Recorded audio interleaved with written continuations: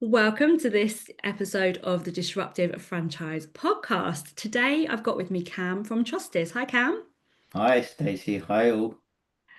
For those listening, Trustist are one of our event partners for the 2025 Disruptive Franchise Awards. And we're going to have a chat, me and Cam, about what Trustist do, how they've disrupted their own marketplace, and a little bit more about the awards as well. So, Cam, tell us a little bit more about yourself and what you do at Trustist.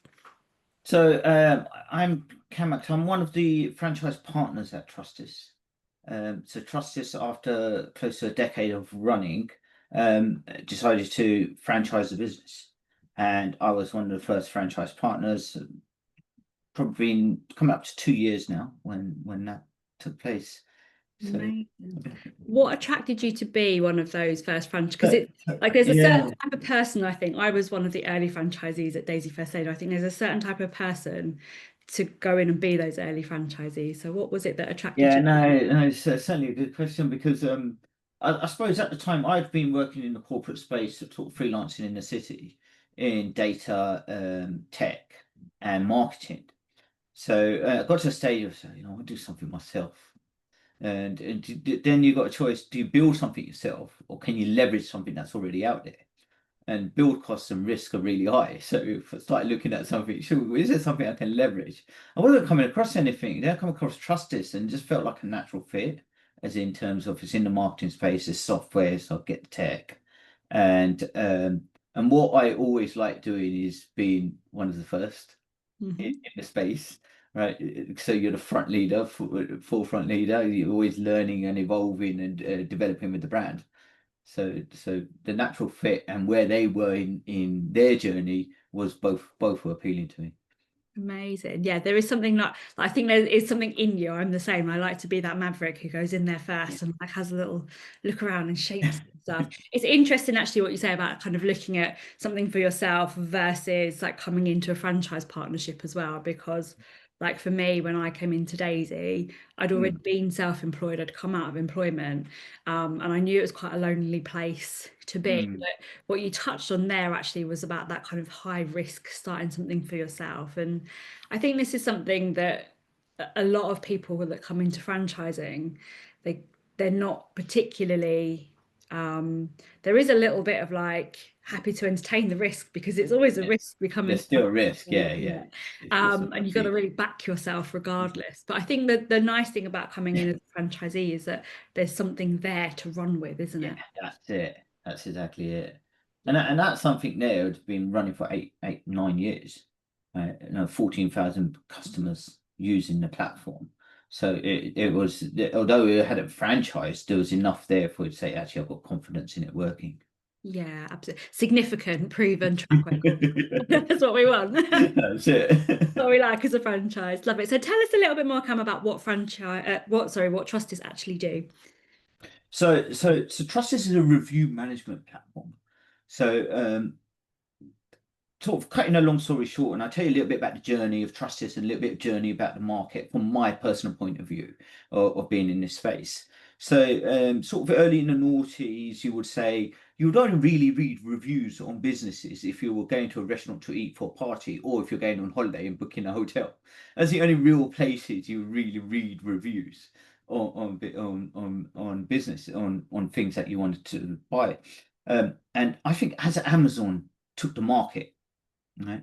And Amazon with the star ratings on every single product, and everyone started to take that thinking and apply it cross sector and cross industry, like saying, okay, some people would read reviews. Most of your reviews would come on word of mouth marketing. What's your reputation from what they would hear from people?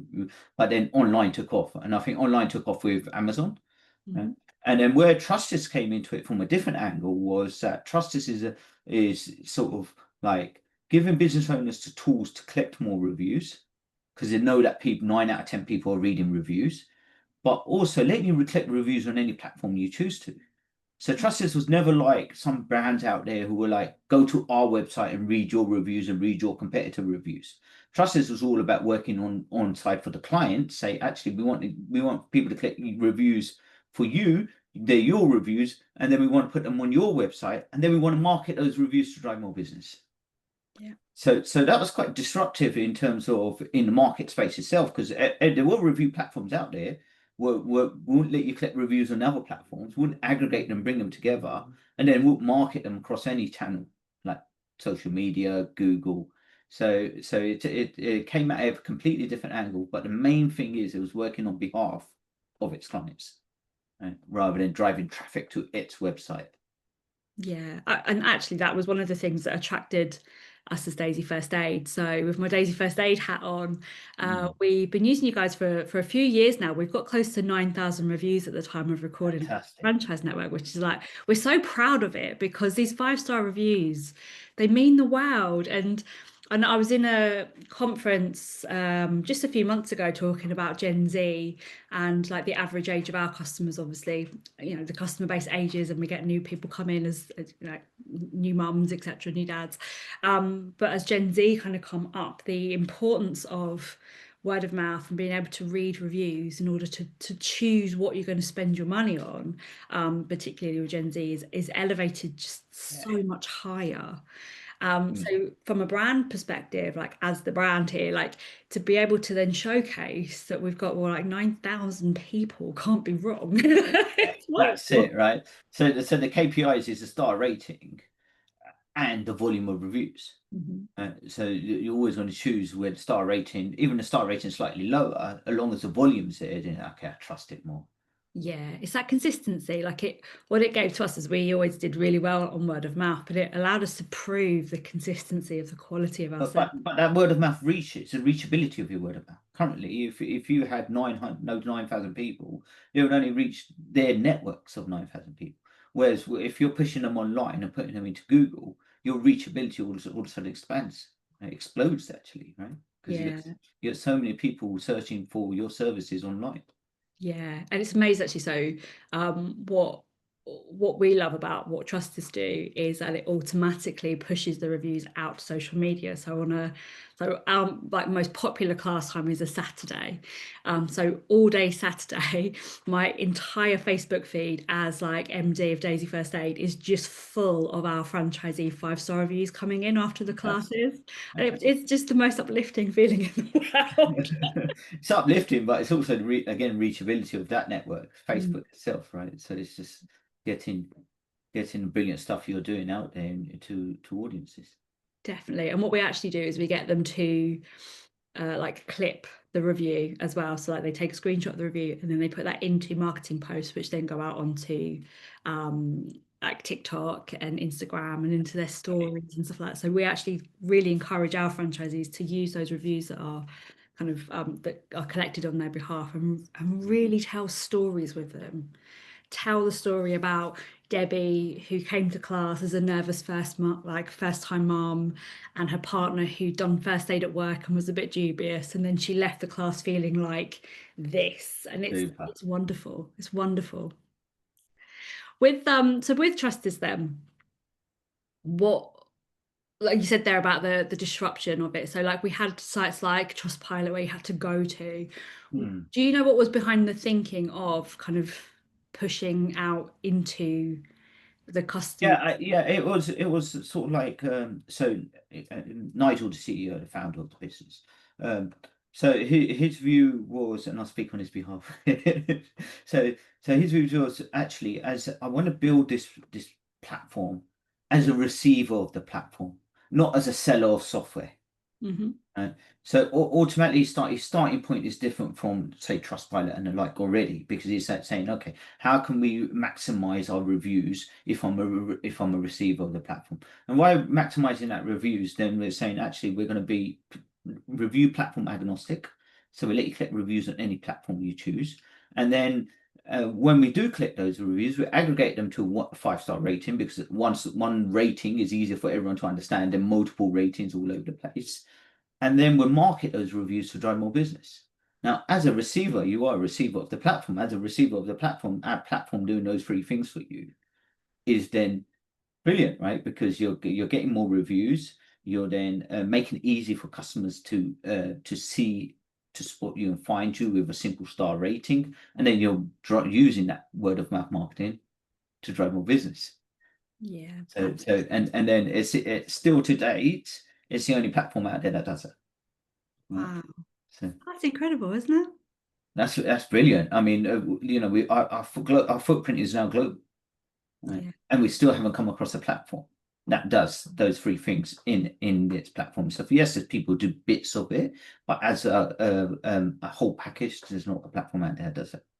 Amazing. That is amazing. That is. And actually, in terms of kind of what it does to then drive our ROI for your customers, like we were just saying there, the power of that word of mouth and using that word of mouth in your marketing is huge. I want to talk about Google as well. So Yeah, for sure. those of you that are listening that have never kind of come across Trustist or used it, again, like so I was I was always the guinea pig at Daisy First Aid when I was, I actually got it first and had to play with it. And then we're like, yes, let's roll it out. So we rolled it out to everyone. But what I really liked about it was that, so the way that Daisy implement the review system is we have a QR code from you guys as Trustist that you provide us, and we give it to our franchisees. So our franchisees at the end of the class, they get their customers to scan it there and then and use that moment of, I don't know what the official word is, but like luminosity, like they are relieved the class is done, they're happy, they're in the moment, and we capture that review in the moment. And I think that's so key, because before we were trying to like send them the link after the class, they've Mhm. moved on, their life is gone. That's The it. impact is there, the knowledge is there, but that moment of like, feel really good about this is lost. So we capture them right there in the moment. And then they get these options of where they're going to leave the review. So they can leave it directly with Trustist, and it feeds onto our site. They can leave it on Facebook, and they can leave it on Google. I want to talk to you about the importance of Google in all of this. Yeah, no, 100%. I mean, Google's still the number one service-based search destination in the world. So when you need something, you go to Google. It 99% of the time everyone's doing this. So to integrate into Google is absolutely essential for any business. So every business should have a Google My Business listing, right? And that's it's just like business startup setup 101, right? Even with franchisees, you should have Google My Business listings. Then it's about, okay, once we've got Google My Business listings, how do we leverage this? If everyone's going to Google to search for our services, and how do we stand out amongst our competitors? Right? The way we do that at Trustist is that we take your star rating, so those 5 stars you've got, the volume of reviews and that rating, and we embed it in your Google's organic search results. So then if your website, your URL is displaying with these stars next to it and no one else's, it straight away captures the eye of the prospect and drives more traffic to your website. So we see on average about 90% increase in traffic by embedding these stars into Google's organic search results. Now, just putting that into perspective in terms of numbers, what does 90% mean? If you're getting 100 customers to your website a month, by just rolling this platform out, you're going to get another 90. So And you're that's basically sort of like free inquiries coming in at sort of like a tenth of the price that PPC and those other channels will cost you. Yeah, that's incredible, isn't it? Like, and what I actually, from a franchise perspective, where location is so key, particularly to stand out amongst competitors, because let's face it, franchisees with locations, like you've got to stand out, like that's the whole thing. And Google do an amazing job of helping franchisees that are territory bound. I know not all franchisees are territory bound, but franchisees that are territory bound, it's so important for them to appear in the local search when somebody searches them on Google. Yeah. And what I absolutely love about the pushing the reviews through Google is that it bumps you up in the maps. So like when you scroll down on Google, on like a Google search page, and you get to the map, if you've got a higher rating number, so more 5-star reviews than your local competitors, you are at the top of their map search. And this is what I love the most. That's it, right? So visibility, so it drives you up, right? And then the credibility is the stars that drives more traffic, right? So you need both to be happening. Now, I just want to touch a little bit more on the Google, right? Now, it feels like we can't talk about Google without discussing a little bit about AI.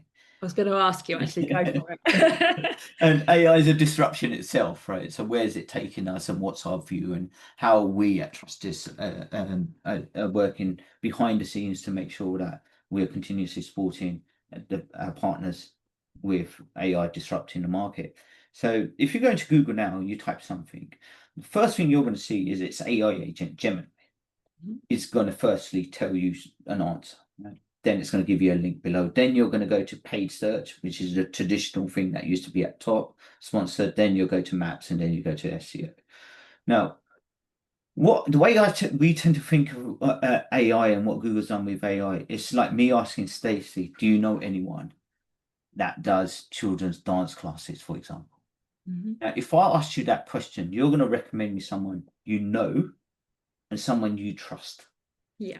You're not going to recommend me someone you don't trust and someone you don't know. Right? So first thing you're going to say, is someone you recommend me relevant? And are they good, right? In your opinion, do you know if they're good? And that's what Gemini is doing, essentially. Saying, I'm recommending you this website because you asked me this question and this website's got relevant content to that question. The content is going to become super important to align your content with what your potential customers are asking. And second thing, do you have enough trust signals online as a whole across all your channels for Google, for Gemini to recommend you? So it's humanizing search. Before it was quite mathematical, and there was lots of loopholes, backlinks, and all this technical stuff you could do in order to get up the rankings. Like with Gemini coming in and AI driving forward, it's going to be more around relevancy and trust signals. So it makes things like Trustist and reviews, that word of mouth marketing, your credibility, a whole lot more important than it was before. Yeah, that does make sense. I think for particularly in franchise as well, like we have to wear so many hats. You know, we've got to do the social media, we've got to somehow understand about SEO. I was very lucky because I had a corporate marketing background, so I learned all this stuff. Like that was my bread and butter. So I was like, yeah, this is easy.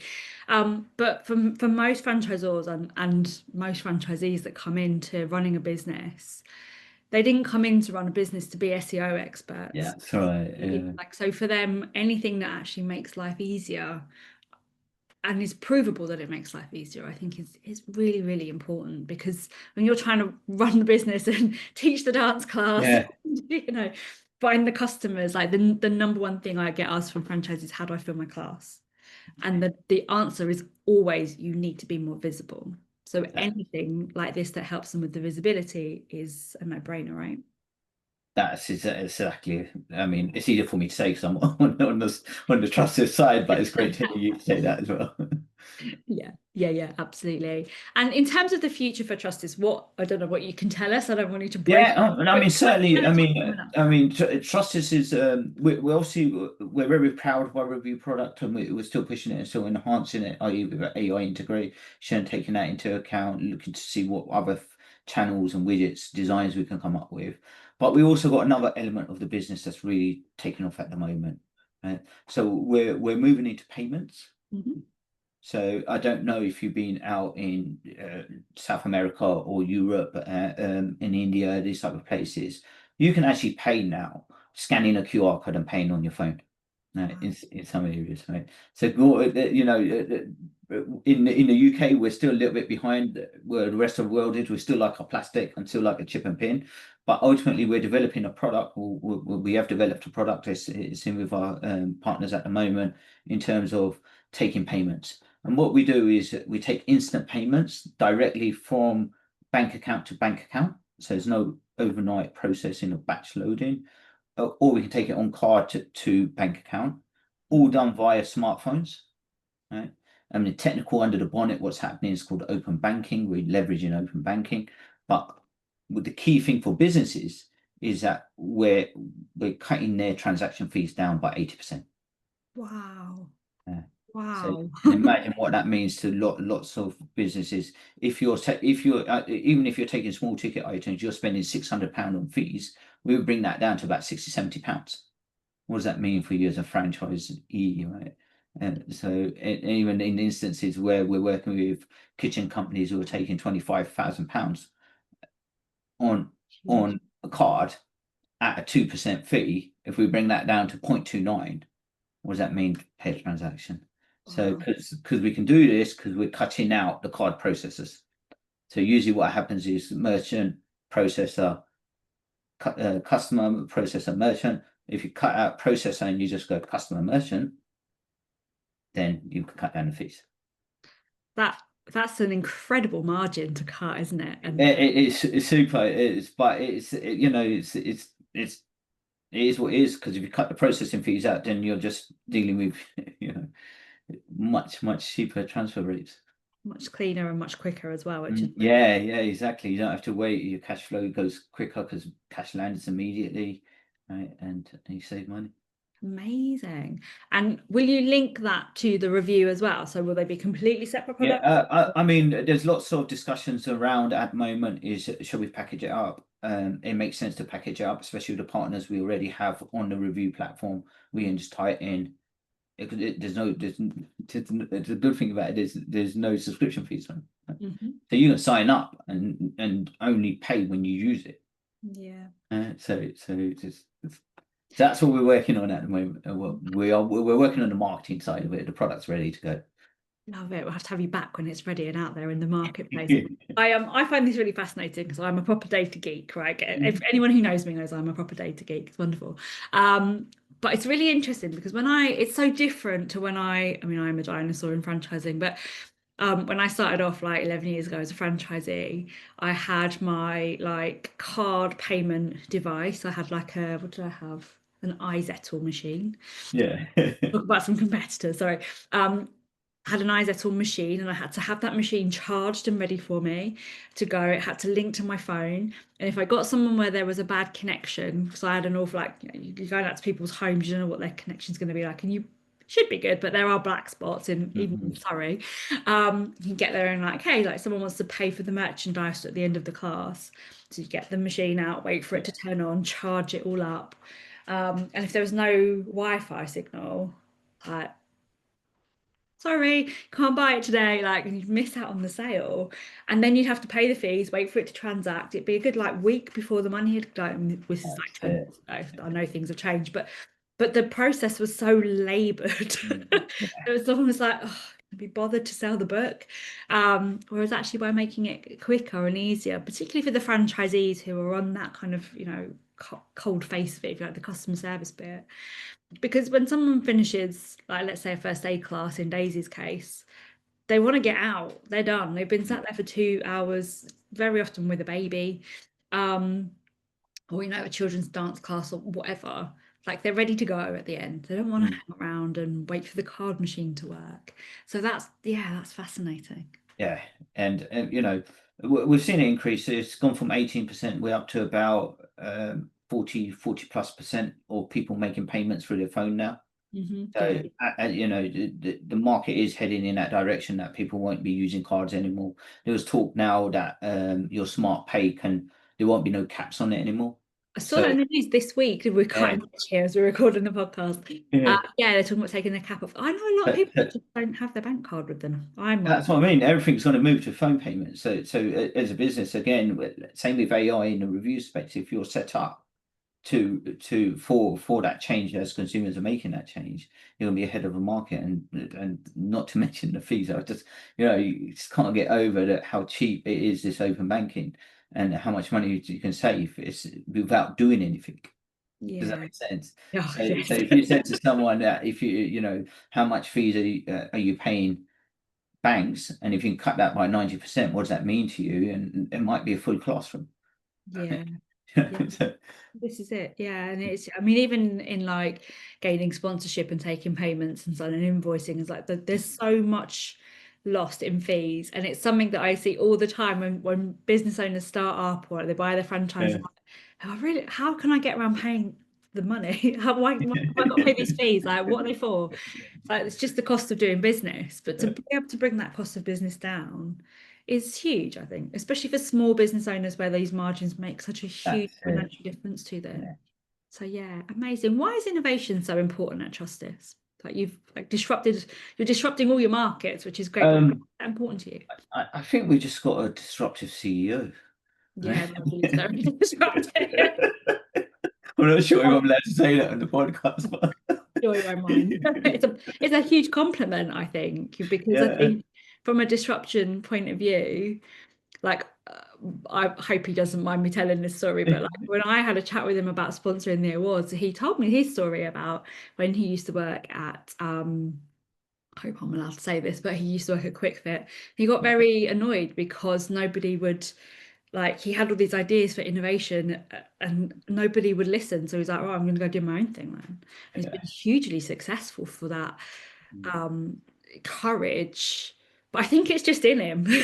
That's it. And you know, if it starts at the top, then it trickles down through the company, doesn't it? So, Yeah, definitely. Are you guys, as franchisees, are you guys encouraged to innovate and find new ways? And do you think it's I mean, within obviously the within the boundaries, because the whole point of buying a franchise is that you buy a model that works, right? And for you to follow that model that works. And then after that, then you know you've got much more experience than me on this. You start putting your own spin on things, don't you? So okay, this works for me more than that works for a different franchisee. yeah, So be innovative, but be it within the boundaries. yeah. Boundaries are important. I think really Mm. that is why we buy a franchise system. Hmm. But I think even within a franchise, the culture is very determining. You know, like if you have a culture where your CEO is naturally very innovative and very kind of Mm. thinking, to be able to know that if you get an idea that you can take that to the Yeah. franchisor as a partnership and discuss it. Yeah, we're not talking about going off rogue because that breaks the franchise model, but to be able to be within a structure that celebrates and encourages innovation, I think is quite important. And I think a lot of people don't realize that this can exist in franchising. Hmm. Absolutely does. Yeah, for sure. Amazing. I'm going to finish up with a question for you. And that question is, we ask everybody, if there was one thing you could do where you knew you wouldn't fail, what would you do, Cam? This can be business, personal, whatever you like. If you knew that you couldn't fail, if I waved the magic wand.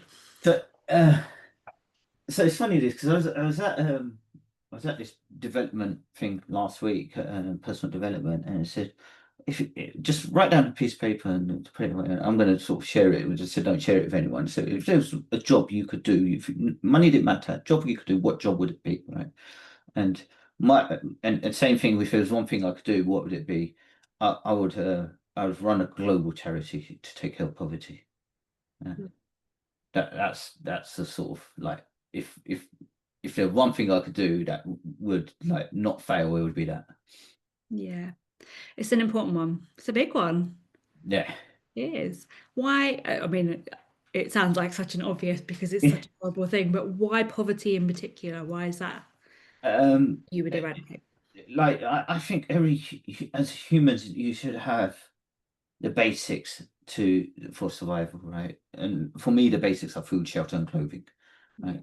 Once you got food, shelter, and clothing, I think every human deserves that on the planet. I completely agree with that. Such a Mhm. good cause. It really is. And I think from a like if you couldn't fail perspective, you should pick a big thing to tackle. Yeah, yeah, You pick the biggest, which is amazing. It's one of those things I think with poverty as well that I don't think people, without being really deep and political, like people don't realize the scale of the issue yeah. that drives poverty. And Mm. so actually to talk about it and give it the spotlight, I commend you. Absolutely. Thank Yeah. you. Amazing. Cam, obviously, we're recording this before Cam does his speech at the Disruptive Franchise Awards 2025, but I'm really looking forward to hearing you on the stage and hearing more about what Trustist are doing in the marketplace. I'm really looking forward to watching you bring out your next kind of wave of payment plans and however you link them together, which is awesome. Thanks so much for joining me, Cam. How can people reach you? I'm not sure. So see, am I giving you my email address and phone number? I'm assuming there'll be a QR code on screen when I present, so you can scan that QR code, book timing with me. So just feel free to reach out. It's cam@trustist.com, and I'm hopefully look forward to hearing from. Amazing. We'll put your email in the show notes as well for people to be able to contact you. If you've been listening to this, you've been inspired. If you need a review system for your franchise, if you're a franchisee listening to this and you think, oh, this could work for our franchise, go and have a chat with your franchisor because That's what we did. It worked really well. We have really good franchise solutions in place. Um, and above all else, keep your eye on Trustist because they are absolutely true disruptors. Is why I invited them to partner with the Disruptive Franchise Awards this year. Because when I sat down and thought, right, I want real, like, actual disruptive, like, in a positive way, innovative companies, you guys are actually top of the list. So yeah, go check Oh, them out. thank you. Keep your eye on Trustist. And if you ever get a chance to fill in a review once you've used the service, please do, because it makes a huge difference to the person who has provided that service. Cam, thank you so much for joining me. That's it for this week. We'll see you in the next one. Excellent. Thank you for having me.